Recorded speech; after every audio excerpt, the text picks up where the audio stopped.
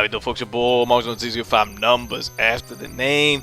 I want to say a little Castlevania, but it's not, man. Bloodstained, I think, curses the mood over here, man. This was cool, man. So Bloodstained, I believe it's still coming out later this year, maybe early 2019, I don't know. It's the Iga game, the guy who made all the Castlevania games. He's working on 2.5D. I think I'll buy it, but I'm not like that crazy about it.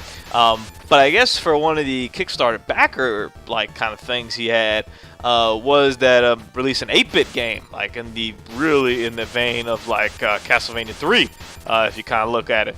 And it came out, $10, copped it on the Switch.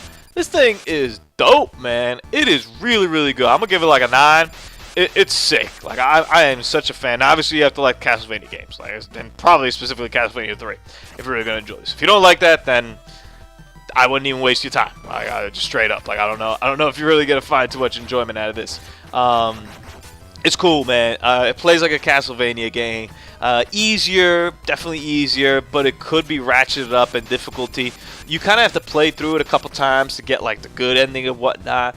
And the game's long enough that it makes you feel like, you know, it's a game, but it's short enough where you could kind of keep banging it on. The better you get, the cooler it is. Now, in this case, I actually had like 2 of my partners dead here, so I can't show you the switching mechanic.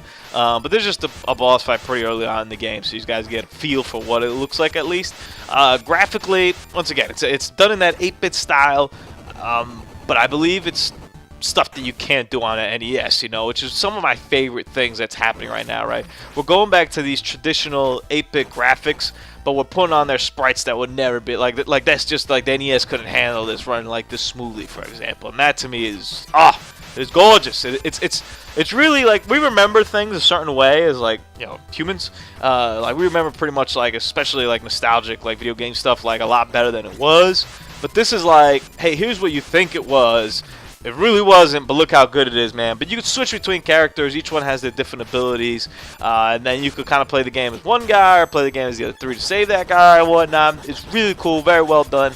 I mean, it's $10. I definitely, once again, if you have like, if you have any inkling towards the old Castlevania games of the past, this will scratch that itch for sure. It's amazing.